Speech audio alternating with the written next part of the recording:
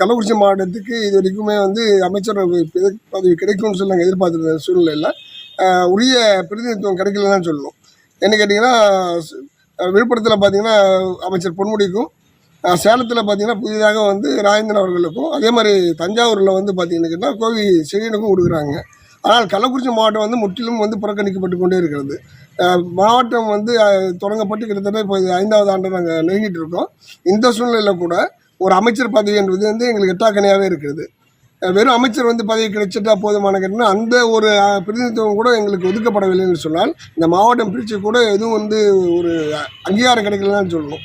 ஏதோ பேரளவில் ஒரு மாவட்டத்தை பிரித்து கொடுத்துட்டு ஏதோ சிறுபிள்ளைத்தனமாக இது ஓடிட்டுருக்கு. அதே போல் இங்கே நடக்கக்கூடிய எல்லா மாவட்டத்தினுடைய நடவடிக்கைகளுமே வந்து ஏதோ ஒரு வெளி மாவட்டத்திலேருந்து வந்த ஒரு அமைச்சர் வந்து இங்கே ஆதிக்கம் செலுத்தி கொண்டிருக்கிற போல இது ஒரு சூழ்நிலை நிலவிட்டு இருக்குது.